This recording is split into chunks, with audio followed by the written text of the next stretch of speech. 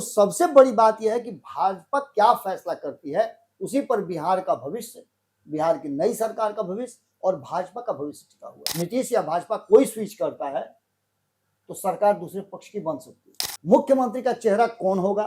क्या वो एक दलित होगा? महिलाओं को 10,000 रुपया रोजगार के लिए मिला और युवाओं को हर महीने 1,000 रुपया 2 साल तक शेर आया कहने से लोग यूज्ड टू हो जाते हैं और जब आता है तो पता ही नहीं चलता। नोरमा ग्रुप, जो सोचता है वो करता है। आपके अपने सपनों का आशियाना। देखिए, नीतीश तो अब दिल्ली निकल चुके हैं, लेकिन नीतीश के दिल्ली जाते हैं बिहार का सीएम का कुर्सी खाली हो जाएगा और खाली होते ही आपके मन में चल रहा होगा कि अगला मुख्यमंत्री कौन होगा। क्या भाजपा ने तय कर लिया है? क्योंकि देखिए, नीतीश का दिल्ली जाना तो अब तय हो चुका है, 10 तारीख को उनका शपथ होना है, लेकिन भाजपा ने जिसे सीएम फेस घोषित किया है, जो अभी पब्लिक डोमेन में नहीं है, क्या नीतीश उस पर राजी होंगे? और अगर नीतीश राजी होते हैं तो क्या भाजपा के साथ साथ आरएसएस तैयार होगी या खेल बाकी है? क्योंकि नीतीश दिल्ली जाने वाले हैं, उससे पहले नीतीश का बिहार में भी मीटिंग होना है, नीतीश की मुलाकात अमित शाह से भी होगी, नरेंद्र मोदी से भी होगी। अगर सब कुछ ठीक है तो मुलाकात की क्या जरूरत है? और उस मुलाकात में क्या नीतीश अपनी बातों को रखेंगे? क्या नीतीश के बातों से भाजपा तैयार रहेगी या भाजपा जो करना चाहती है, जो उसका मिशन है, एक तरफ विपक्ष बार बार ये बातें कह रही है कि मंसूबे में भाजपा जो है सफल हो चुकी है, यानी कि नीतीश सत्ता से बाहर हो चुके हैं और दिल्ली की राजनीति में उनकी एंट्री हो चुकी है। लेकिन बिहार में क्या होगा? बिहार का लूपहोल जो क्रिएट हो चुका है, उसमें कौन फिट बैठेगा? कई नाम हैं, कई लोग हैं, कुछ महिलाओं का भी नाम चल रहा है, महिला नेत्री का, जो मुख्यमंत्री हो सकती हैं। बीच में कोई गिरी थे, उनका नाम चल रहा था। क्या होगा? हमारे साथ बाबा मौजूद हैं, इनसे सवाल पूछेंगे और इनसे ही जानेंगे कि बीजेपी तैयार होगी, नीतीश तैयार होंगे, आरएसएस तैयार होगी या खेल अभी भी बाकी है? क्योंकि नीतीश हैं ये, बार बार हम आपको ये बातें कहते हैं, दाएं हाथ से काम करते हैं तो बाएं हाथ तक को भी भनक नहीं लगता है। जनता पार्टी के हाथ से सब किया धराया छीन लेगी। इसमें सबसे बड़ी बात है कि जो मुख्यमंत्री का चेहरा होगा, उसको लेकर के आपको याद होगा कि संपादक मनोज शाह जी बार बार ये कहते थे कि भारतीय जनता पार्टी जातीय समीकरण को साधने के लिए, आपको पता भी होगा कि जनगणना भी शुरू हो गया है। बिल्कुल। और इसके बाद अब जो स्थिति यह है कि भारतीय जनता पार्टी देश के अलग अलग राज्यों में अपनी सरकार चला रही है, जिसमें अब बिहार, पश्चिम बंगाल और उत्तर प्रदेश, ये 3 राज्य हैं। उत्तर प्रदेश में ऑलरेडी मुख्यमंत्री हैं, पश्चिम बंगाल में मुख्यमंत्री बनाने की कवायद चल रही है और जहां तक सवाल बिहार का है तो बिहार में नीतीश कुमार थे।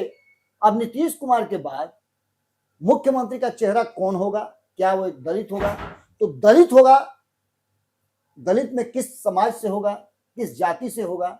दलित की भी कई कैटेगरी है, उन कैटेगरी में से किस जाति का होगा, ये भी मैटर करता है। अगर कहीं चिराग पासवान की जाति का हो गया तो चिराग पासवान को कमजोर करने की बात चलेगी। जैसा कि आपने देखा होगा कि जब सम्राट चौधरी को सामने लाया गया था तो नीतीश कुमार ने आगे किया था उपेंद्र कुशवाहा को, भले ही वो लंबा साथ नहीं चला हो, लेकिन यहाँ बिहार में जातियों का काट चलते रहता है। बिल्कुल। अब इसको आप ऐसे भी देख सकते हैं कि ये जो 2024 का 25 का चुनाव बीता है, इस चुनाव में 2025 के चुनाव में ये बम्पर जो सीटें आई हैं, इसके पीछे 2 लड़ाई थी, एमओआई वर्सेस एमओआई, महिला यूथ और महिला मुस्लिम और यादव जी। तो कहीं ना कहीं महिला और यूथ जीत गए, क्योंकि आपको पता है कि महिलाओं को 10,000 और युवाओं को 12,000 रुपया मिला। महिलाओं को 10,000 रुपया रोजगार के लिए मिला और युवाओं को हर महीने 1,000 रुपया 2 साल तक देने की बात हुई। यानी दोनों को 1 साल के अंदर में, एक को 12, एक को 10,000 रुपया मिला। और ये पैसा कहीं ना कहीं एमओआई यानी मुस्लिम यादव पर भारी पड़ा। अब ऐसे में आप समझ सकते हैं कि भारतीय जनता पार्टी के पास एक चुनौती ये भी है कि वो नीतीश कुमार के वोट बैंक को बरकरार रखे। बिल्कुल। बार बार शेर आया कहने से लोग यूज्ड टू हो जाते हैं और जब आता है तो पता ही नहीं चलता। स्थिति ये बन गई है कि अब बिहार में कई नामों पर चर्चा चल रही है। सबसे बड़ा नाम जो है वो तो सबको, दुनिया को पता है कि सम्राट चौधरी का है। सम्राट चौधरी का 90% जो वजन है वो ज्यादा है, लेकिन रुआ के बराबर है। जब सोना दूसरे पलड़े में उसी भार का रखा जाएगा तो इतनी छोटा होगा। बिल्कुल, उसके लिए दूसरा तराजू चाहिए सबसे होगा। बड़ी बात यह है कि सम्राट चौधरी में सारे गुण हैं, लेकिन उस गुण को जैसा कि आपने शुरू में बताया आरएसएस को नापना होगा। वो अपने तराजू बटखरा पर लेकर के बैठा हुआ है, क्योंकि 3 बटखरा है। बिल्कुल तराजू बटखरा लेकर बैठा हुआ है। तो अब देखने वाला बात होगा कि कोयला तौलने वाला है, सोना तौलने वाला है कि रुआ तौलने और वाला है। तीनों में फिट होना चाहिए। बिल्कुल। तो ऐसी स्थिति में भारतीय जनता पार्टी की पहली पसंद तो सम्राट चौधरी हो सकते हैं, लेकिन आरएसएस और पार्टी के भीतर एक अलग तरह का विद्रोह चल रहा है। वहीं अगर जनता दल यूनाइटेड से भी पिछड़े समाज से मुख्यमंत्री हैं तो पिछड़े समाज से ही उप मुख्यमंत्री भी हों, यह संभव नहीं लगता है। अब आप कहिए कि नीतीश कुमार तो थे तो सम्राट चौधरी भी थे, तो यहाँ 2 उप मुख्यमंत्री थे, एक सवर्ण से थे और एक लौकुश समीकरण को जोड़ने के लिए, चूंकि नीतीश का कोर वोटर लौकुश समीकरण था, तब ये बात हुई। भारतीय जनता पार्टी का कोर वोटर लौकुश समीकरण नहीं है, स्वर्ण है। भारतीय जनता पार्टी ने नीतीश कुमार के साथ सामंजस्य बिठाने के लिए कुशवाहा समाज के नेता को, जो सबसे मजबूत नेता उनके यहाँ थे और एकमात्र कुशवाहा समाज के नेता जो कि काफी मजबूत अपनी उपस्थिति दर्ज करते हैं, सम्राट चौधरी, उनको एक जिम्मेवारी दी गई थी कि नीतीश कुमार को साधने की। बिल्कुल, दोनों ही परिस्थिति में उन्होंने साधा। जब नीतीश कुमार बाहर चले गए थे एनडीए से तब भी साधा, जब एनडीए में वापस आए तब भी साधा, और आज भी जब 2025 का चुनाव जीत रहे हैं तो उनके उसी साधने को लेकर के भारतीय जनता पार्टी ने बिना किसी हील हुज्जत के, बिना कोई बहुत बड़ा फैसला बदले, सीधे सम्राट चौधरी के हाथ में बिहार का नंबर 2 वाली कुर्सी दे दी। तो सम्राट चौधरी स्वाभाविक रूप से मुख्यमंत्री के दावेदार तो होते हैं, लेकिन जातीय समीकरण में और जो आने वाला वोट है, नीतीश के बाद जो वोट की कल्पना कर रही है भारतीय जनता पार्टी, वो आने वाले चुनाव में वो आएगा कि नहीं आएगा, ये बड़ा सवाल है। आनंद मोहन ने भी एक सवाल पूछा है, ऐसा ही मैं वो सवाल आपसे ले लेता हूं। आनंद मोहन ने कहा है कि नीतीश के जाने से जदयू को जितना नुकसान है उससे कई ज्यादा भाजपा को नुकसान है, क्योंकि नीतीश के चेहरे से अति पिछड़ा और पिछड़ा का वोट आता है। नीतीश के जाते ही ये लूपहोल क्रिएट हो जाएगा। निश्चित रूप से मैं उसी बात को कर रहा था कि लौकुश का वोट तो नीतीश कुमार के पास है, तो वो वोट जो स्विच होकर के चला जाएगा निशांत के पास, इसमें कोई दो राय नहीं। जैसे लालू प्रसाद का वोट बैंक एमओआई वाला वो स्विच होकर के तेजस्वी यादव के पास गया। अब तेजस्वी यादव ने कितना उसको समेट करके रखा, कितना संभाल के रखा, ये अलग बात है, दिगर बात है, इस पर एक अलग बहस हो सकती है। वैसे ही निशांत के पास लौकुश का वोट तो जाएगा ही जाएगा, इसमें कोई दो राय नहीं है। लोगों ने स्वीकार भी कर लिया है कि निशांत ही उत्तराधिकारी होंगे। लेकिन अब जो सवाल ये उठता है कि तो बिहार का मुख्यमंत्री का चेहरा कौन होगा। मैंने आपको बता दिया कि 90% सम्राट चौधरी हैं। अब उस 10% में बहुत सारी संभावनाएं तलाश की जा रही है और बहुत सारे सेक्टर और फैक्टर खोजे जा रहे हैं।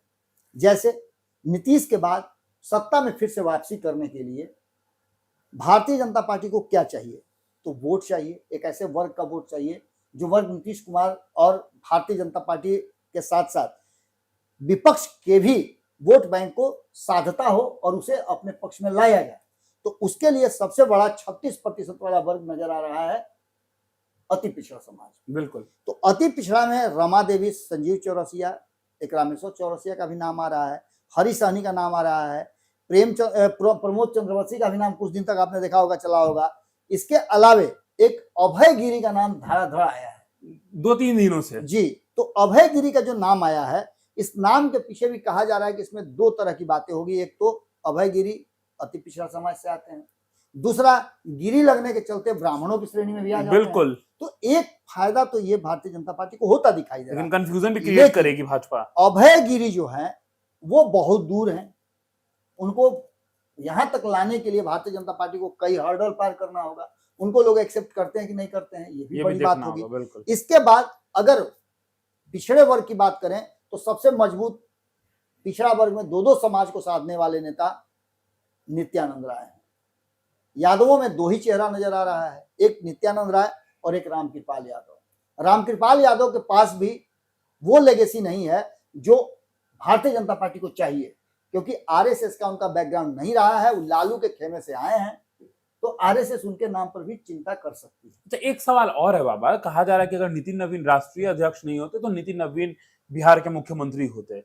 मैंने कहा था, यह बात आपको याद है ना जी, मैंने चुनाव से पहले कहा था, जब कुम्हरार से अरुण सिन्हा का टिकट कटा था, आपको याद है मैंने दावे के साथ कहा था कि एक टिकट कटा है, बहुत बड़ा इसको कैच समाज को मिलने वाला है कुछ, और पार्टी ही उनके हाथ में आ गई।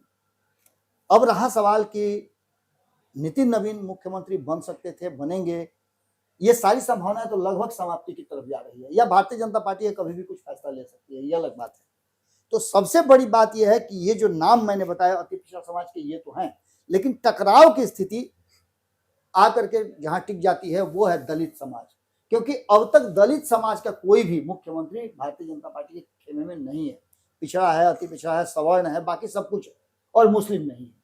तो मुस्लिम को तो बिहार या कहीं भी किसी राज्य में नहीं देगी, ये बात बहुत दूर दूर तक माना जा सकता है, लेकिन दलित को दिया जा सकता है। तो दलित में दो नाम बहुत तेजी से आगे आ रहे हैं। एक तो जनक राम का नाम स्वाभाविक रूप से बहुत पहले से चल रहा है।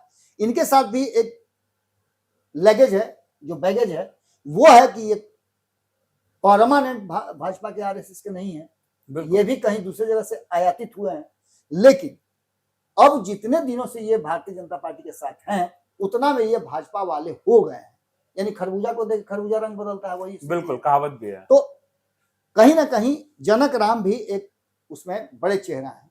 एक चेहरा और है जिसको लेकर के कंट्राडिक्टरी होगा और यहीं आकर के पेच फंसेगा। जैसे नीतीश कुमार पेच फंसा रहे हैं, वैसे आपको पता है कि चिराग पासवान भी अपना, मैंने जानते हैं ना कि किसी भी महिला को सौत पसंद नहीं है और किसी पॉलिटिशियन को अपने बराबर का नेता पसंद नहीं है।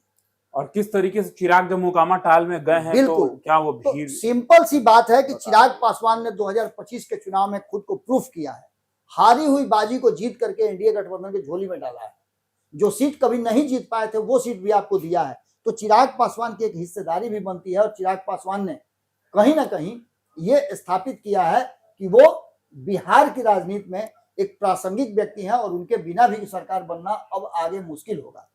तो ऐसी स्थिति में एक बात तो आप सीधी तौर पर समझ सकते हैं कि अगर दलित समाज से भारतीय जनता पार्टी गुरु प्रकाश को आगे करती है, तो गुरु प्रकाश उसी समाज से आते हैं जिस समाज से चिराग पासवान आते हैं, और चिराग पासवान को यह बर्दाश्त नहीं हो सकता है। उन्हें सीधे लगेगा कि हमारा कंपटीटर भारतीय जनता पार्टी तैयार कर रही है और यहां पर एनडीए गठबंधन में एक बड़ा रिवोल्यूशन हो सकता है। और जब ये रिवोल्यूशन होगा तो आप समझ सकते हैं कि रुआ और सोने वाला फिर बात हो जाएगा, वजन बराबर होना चाहिए। तो वजन महागठबंधन का बराबर हो रहा है और नीतीश भी उस इंतजार में होंगे कि उनको मौका मिले। सम्राट चौधरी भले ही बहुत ज्यादा नजर आ रहे हों, हर जगह वो मुख्यमंत्री के साथ हों, मुख्यमंत्री नीतीश कुमार ने उनको कहा भी हो कि अब तो मेरे बाद इन्हीं लोगों को देखना है, ऐसा तो उन्होंने कई लोगों के साथ कहा है। कभी आनंद मिश्रा, लगातार बहुत सारे लोगों को कहते रहे हैं। तो ये सारी चीजें चली हैं। अब जो स्थिति ये है कि यहाँ पर साधने के लिए उत्तर प्रदेश को भी ध्यान में रखना पड़ेगा। उत्तर प्रदेश वाले में ध्यान में रखने के लिए वहां सवर्ण है, तो बिहार में सवर्ण नहीं दिया सकता, लेकिन सवर्णों को साधने के लिए ये 15.5% जो वोट है, हालांकि स्वाभाविक रूप से नीतीश कुमार और भाजपा एक साथ रहती है और चिराग पासवान उसमें अगर रहते हैं तो ये सवर्ण वोट जो है कहीं दूसरे छटक के नहीं आता है, यहीं आता है, क्योंकि सवर्णों को आरजेडी से ज्यादा नाराजगी है और आरजेडी के साथ यदि कांग्रेस है तो उसको भी वोट नहीं जाता है। बिल्कुल। अब ऐसे में सवर्णों में कई नाम सामने आ रहे थे, श्रेयसी सिंह का नाम आ रहा था, महिला भी हैं, युवा भी हैं, आप समझ ही सकते हैं। एक नाम इनका भी बहुत तेजी से चल रहा था और इस नाम को सबसे पहले हम ही ने रखा था, हमारे चैनल पर रखा गया था। इसके अलावा सीधी तौर पे मंगल पांडे, विजय सिन्हा इसमें प्रबल दावेदार भी नजर आ रहे हैं, उनका भी नाम जबरदस्त ढंग से उछाला जा रहा है। इसके बाद गिरिराज सिंह का भी नाम आया था और सबसे ज्यादा महत्वपूर्ण और साइलेंटली जो नाम आ रहा है वो नीतीश मिश्रा का आ रहा है, क्योंकि नीतीश मिश्रा सवर्ण होते हुए भी वो अपनी जाति से ज्यादा बिहार और बिहार के विकास का काम करते हैं।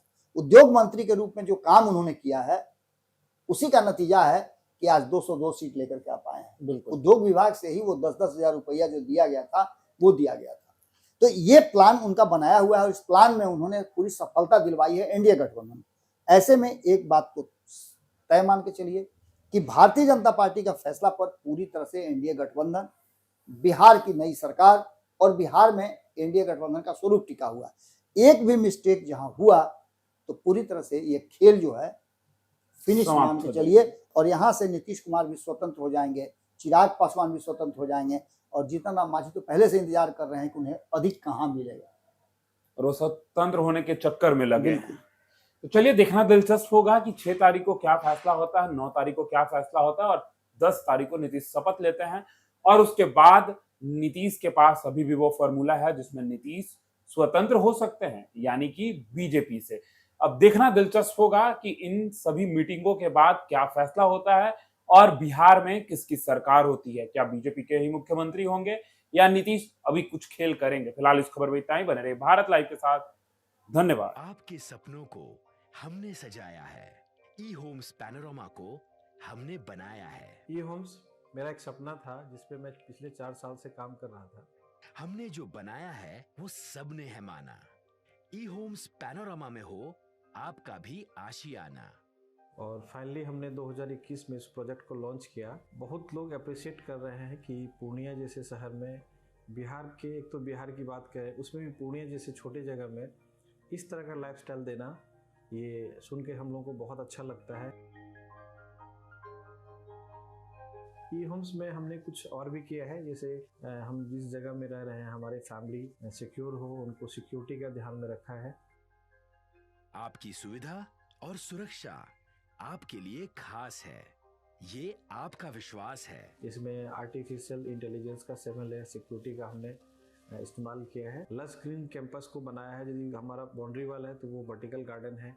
ये जितनी भी फैसिलिटी होता है एक इंटरनेशनल टाउनशिप में ई होम्स है, ये हम लोग विश्वास नहीं कर पा रहे हैं। जो भी हमारे मित्र दोस्त या जो भी हमारे बाहर के बाहर आते हैं तो हम लोगों को बहुत अच्छा सुनने को मिलता है और बहुत अच्छा क्रेडिट मिल रहा है। वो सारा हमने सिर्फ एक बिल्डिंग नहीं बनाया, हमें एक बहुत अच्छा लाइफस्टाइल दिया ई होम्स में, और मेरा एक सपना था जिसको मैं आज फुलफिल होते हुए देख पा रहा हूँ। ये आपका आवास है। ई होम्स पैनोरामा में अब आपका निवास है। E homes Panorama, luxurious lifestyle redefined. Panorama group, जो सोचता है वो करता है। अगर ये वीडियो पसंद आई और वह बिहार के राजनीति और बिहारियत से सरोकार रखेनी तो सब्सक्राइब बटन दबा के चैनल के सब्सक्राइब कर ली। ओजे एगो घंटी बा, ओकरा बटन दबा देला से कुल सटीक और मारक खबर रुआ मुफ्त में मिल जाई। अगर रुआ पत्रकारिता के हमनी के नया प्रयोग में सहयोग कर चाहतानी तो ज्वाइन बटन दबा दी। पेटीएम नंबर नोट कर ली 9386 816 700।